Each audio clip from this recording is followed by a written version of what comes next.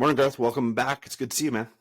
Yes, always great to be seen by you, Jason, as we are in the midst of March Madness. I guess when this goes out, it might be over or near the end, but it's such an exciting time. So many stories, men's and women's brackets happening at the same time. I love it.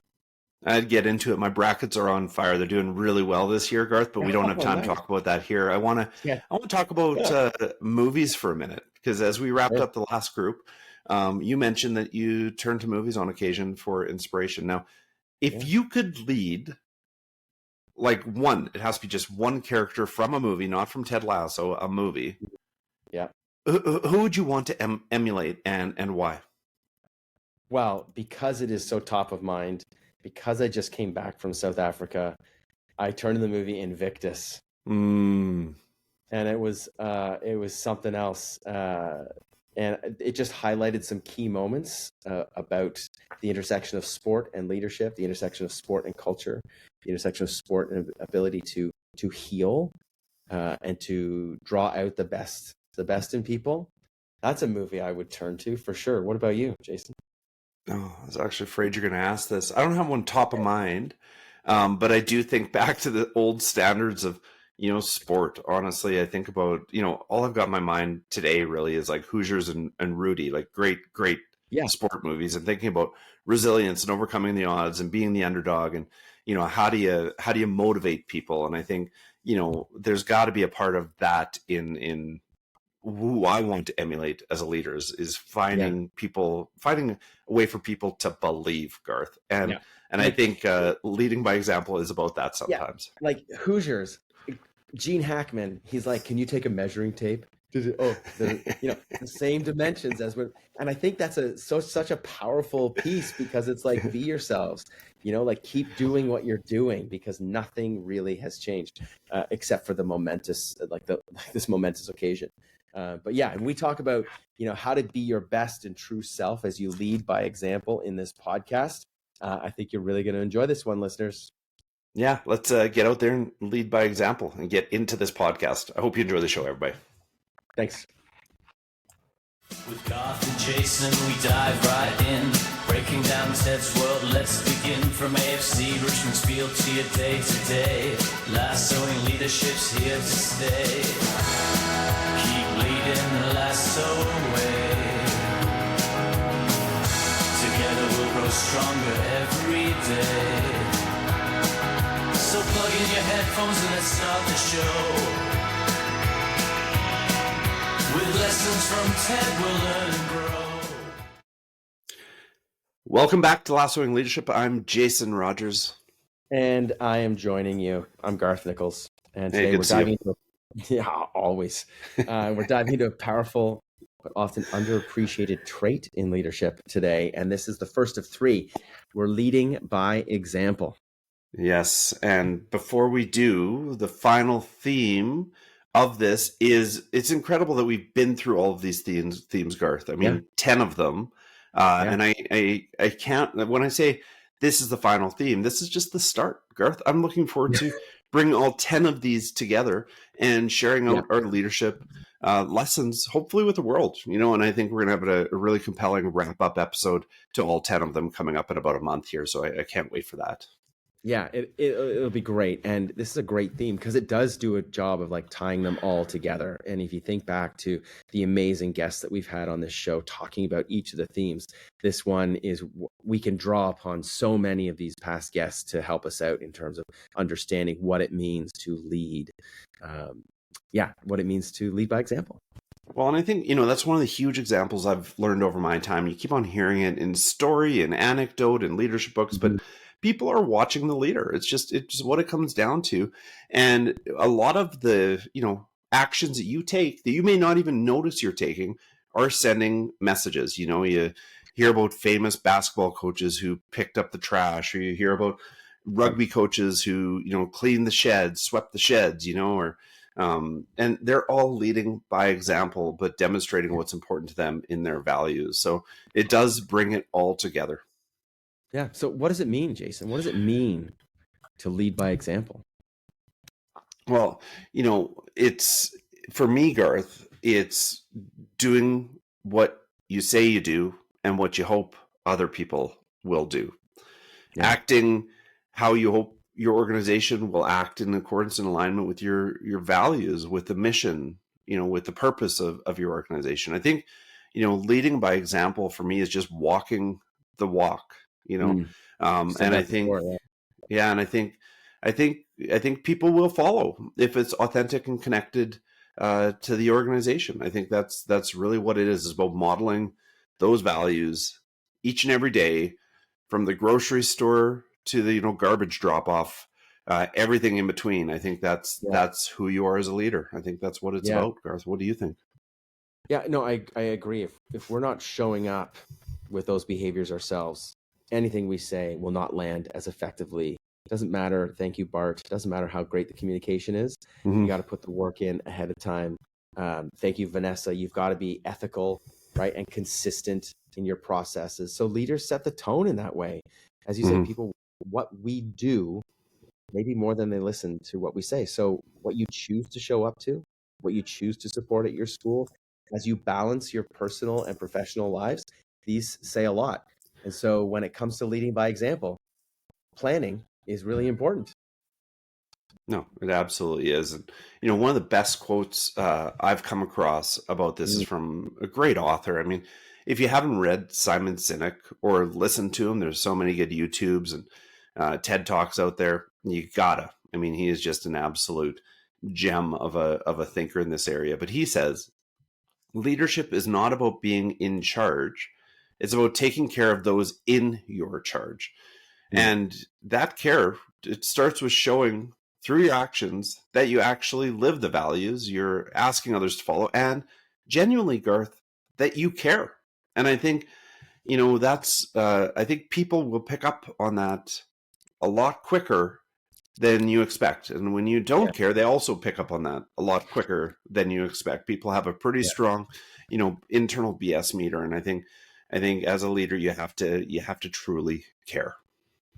Yeah. And as we've learned through our discussions, showing how you care for people is a very individual thing. Mm-hmm. And sometimes the way that you show care for others, it is reflective of how you want to be shown care. And I think it's important that if you do this consistently, people will start to recognize that, oh, that's how they show that they care about me. As opposed to trying to change who you are. Like, this goes back to authenticity. As opposed to trying to change who you are to, to speak the same language as others, so to speak. It's important that you are as authentic as you can be. And I think it's really important when it comes to issues like well-being. My well-being operates very differently than yours, Jason. Like we fill our own buckets up in different ways, and we know that about each other. So if we as leaders, for example, never take a break, never disconnect, always grind through the stress, what messages are we sending? But if we role model, if we lead by saying, actually, you know what, let's have this meeting while we go for a walk.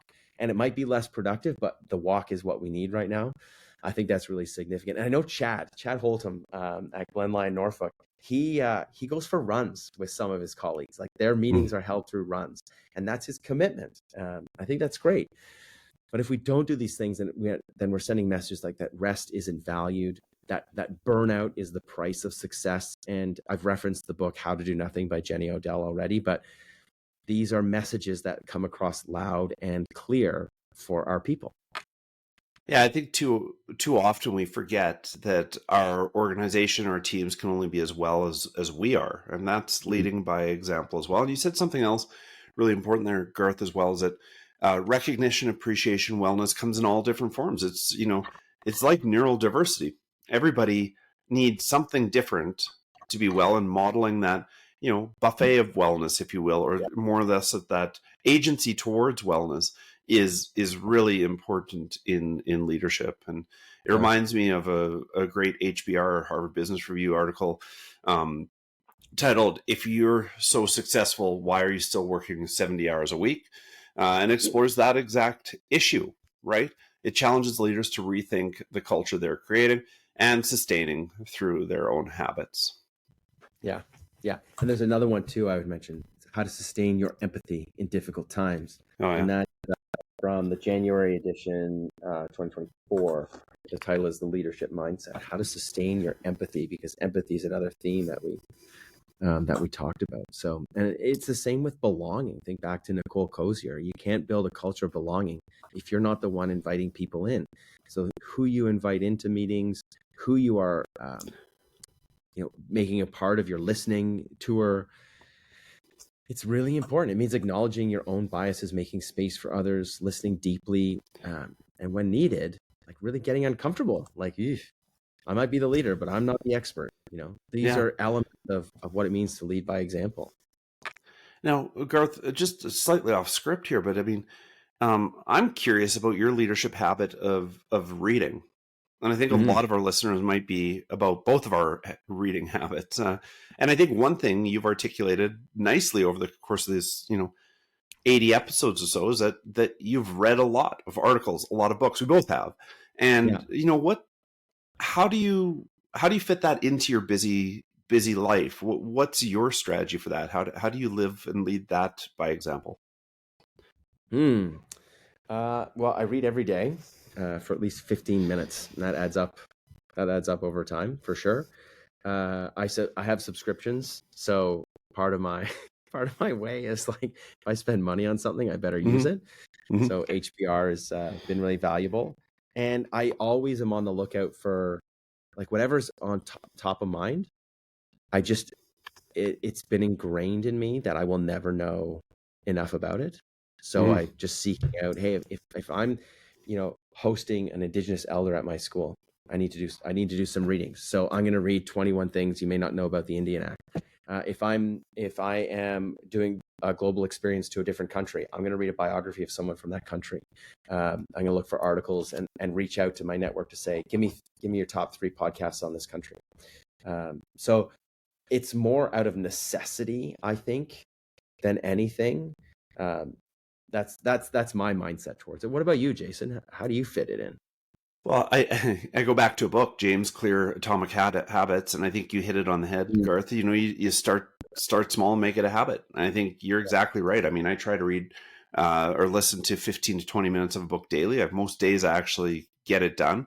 Most days I do more, but it's just habitual for me. And I think the other thing you hit on is, as a leader, we have to be curious. I think, that's the big one. And Ted says it, be curious, not judgmental, but by demonstrating your curiosity and asking those questions and having that thirst for always knowing and never being the full expert on it.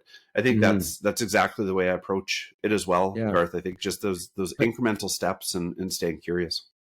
Yeah. And, in the spirit of staying curious, one thing which I do have to temper myself on is that sometimes when I reference books, when I reference articles, it comes across as like, I am the expert. Whereas what I'm trying to say is I need more help.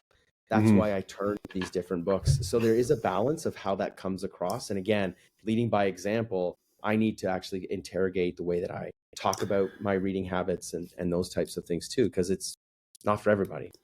That's true, Garth. I mean, I see all of this as an invitation into a deeper conversation. That's, I rarely know every detail of every book, of every article that I've taken in, but I love to have conversations about these because I continue to learn about the text and about the practice and about how it works if other people join me in the conversation. So I think that's a good learning for me too, Garth, is to be more explicit with an invitation into a conversation based on my own curiosity and being really clear with that. And I think, being clear on things brings us right back to ethical leadership. The conversation we had in the last series, leading by example is not a space. In this space, it means showing, that tough decisions are guided by values, not convenience. It's not always easy, but it is always necessary. Yeah, and hopefully our listeners, you can see how all these threads are connected. Like, it's not just about strategy and vision. It's about behavior. It's about modeling care in a consistent way. And when it comes to ethical decision making, it's about having the courage of your convictions in everyday actions, because every decision is ethical. We talked a lot about that last pod. So yeah. Oh, and we've seen this modeled beautifully. Even in pop culture, one of those characters stands out for me is, and for you as well, Garth, no doubt, is Jamie Tart from Ted Lasso. Oh, come on. Absolutely. Great choice. Allow me. Yes, Jamie you go starts for out. it. He starts out as a flashy, ego-driven player, but Jason, at the start he was in it for himself, but over time he evolves. He evolves in here and in here. Someone who leads by example. And there's a moment in season 3 where he pushes himself harder than anyone in training, and he does it not to show off, but to inspire the team, something he would never have done. He was always looking at getting out of training, and there's that great episode where they harken back to the Allen Iverson, it's just practice. Yeah. So he steps up in key moments. He defends his teammates. He earns their trust, not just by what he says, but by how he acts. But he's my favorite character, Jamie Tart, and yours is Roy. So I gotta have something about Roy. Well, I think it's the same thing though, Garth. I actually do. Jamie's story is a beautiful arc because it shows that leadership's not static. And I think we have to, even though a lot of psychology tells us people don't change a lot, I think we have to have the hope and the faith that people will continue to change and evolve and grow. And it's not static, but it is dynamic. And I think we see that with Jamie. We see it with Roy. We see it with Ted. We see it with every character in this show. Rebecca, you grow into it. Keely, like you, all of them, you grow into it. And I think that comes with time, mentorship, wisdom, study, reflection. You think about Beard, how much time he spends reading, which is a great call out to our next season, Garth. We're doing a book club, which is inspired by, we might as well call Beard's Book Club, right? It's going to be one book after another. And I just think when you see people grow like that, you are inspired. And I think that is true leadership is helping people get out of the static and into the dynamic and see growth and evolution and leading the lasso way. There it is. Yeah. And, we can choose, and I love how you list a whole bunch of different players. We can choose a whole bunch of people from that cast of characters and draw them. I remember Dave Coffey. We talked a little bit about a draft day with him back in season 1. That was a lot of fun. But I think it's important to bear in mind, Jason, that we all have role models, but you shouldn't aspire to be that role model. You can take 3 or 4 different people. You can have your own style. You can pull different elements of them and try to integrate that into who you are in your approach. But make sure it's authentically you. So I think the real question is how do you be when you're under stress, when you're under the microscope? There's no easy answer, but I'm sure you have one, Jason. Yeah, there's no easy answer. And I think that, I think that's a beautiful thing about leadership. But I think as you come into stressful moments, a lot of it's about prepping your headspace, right? You have to remind yourself of the person you need to be in that time. You need to be authentic. You need to be connected. You need to be principled. All of those things. I think having a role model in mind, somebody you choose to emulate in that time. And I know, Garth, you mentioned in previous episodes, you love reading biographies and watching movies and reflecting on leadership. I think this is true. You can draw from those archetypes in these moments of stress, still being authentic to yourself, but drawing from archetypes that allow you to disassociate a little bit during high stress and high impact times. So I think, you're right, Garth. There is no just one. I think it starts with mindset. It layers into principle, and then you look at role models, and then you get in there and you do the work, and you remind yourself that you are capable, you have the team, and you're going to get through this. And back to ethical decision making. If you're holding to your ethics and making those decisions in that way, you don't have as much to lose as you might think you do. Yeah, I totally agree, and I love what you said about preparation. So, some of our listeners might be wondering, well, how do you do that, right? How do you do that? So, I want to show people. So, this is the book. If you're watching this on Spotify, you can see it. But this is my book. I carry it around with me. I've got some great stickers inside and outside. Inside the book, Jason, what I carry with me is a little pamphlet, and it's the 7 grandfather teachings. So I carry that with me. And every now and then I open it up and I just take a look at 1 or 2 of them, give a bit of a read to them, which I think is super powerful. And the other thing that I have within this book is a great handout that I got from my dear colleague, Nicole Cozier. And it's different types of biases to look out for. So when you're talking about preparing things, these are some just little touchstones that I carry with me. My book is with me all the time, my sort of my diary for the day. And I can think about groupthink. I can think about affinity bias. I can think about conformity bias. I can think about stereotype bias. I think about name bias. I can think about different ways of knowing, being, and doing. So that's one way that I like to think I can reduce any of these biases that I have and prepare myself to be me in the moment as much as possible. Yeah. And I think, Garth, you hit on something really important there. And we talk about this in our Leadership Institute as well, but it's about the importance of artifacts and them being, grounding elements, because you can't remember everything, not even who you aim to be. You can't remember that all the time, but having, artifacts close to you that bring you back to that center is really, really important. So for our listeners, I want them to think about, what are those artifacts in their spaces or their worlds that bring them back to center when, you might be pulled off of center by some kind of incident, which is not entirely predictable or preparable for. And, further to that, if our listeners are looking for practical ways to lead by example, I highly recommend the video Lead by Example, the Most Underrated Leadership Strategy on YouTube by Ben Lionel Scott. And it's a powerful short video that really hammers home the idea that your actions, especially in the tough times, they will define your leadership. That's when people are most looking to you. Yeah. And Jason, we had an episode in season 1 about like totems and artifacts. So we might want to link to that in the show notes as well, because I'm reminded of a dear colleague of mine, Sarah, who, when I left a one school to move to another school, she gave me a beautiful compass, and it is a great touchstone for me as well. But I'll pair that resource with another one. It's called Leading by Example: How Leaders Inspire Action Through Behavior, and it's for the Center for Creative Leadership. It offers some really clear research-based strategies, thoughtful strategies, aligning leadership behaviors with the culture that you want to create.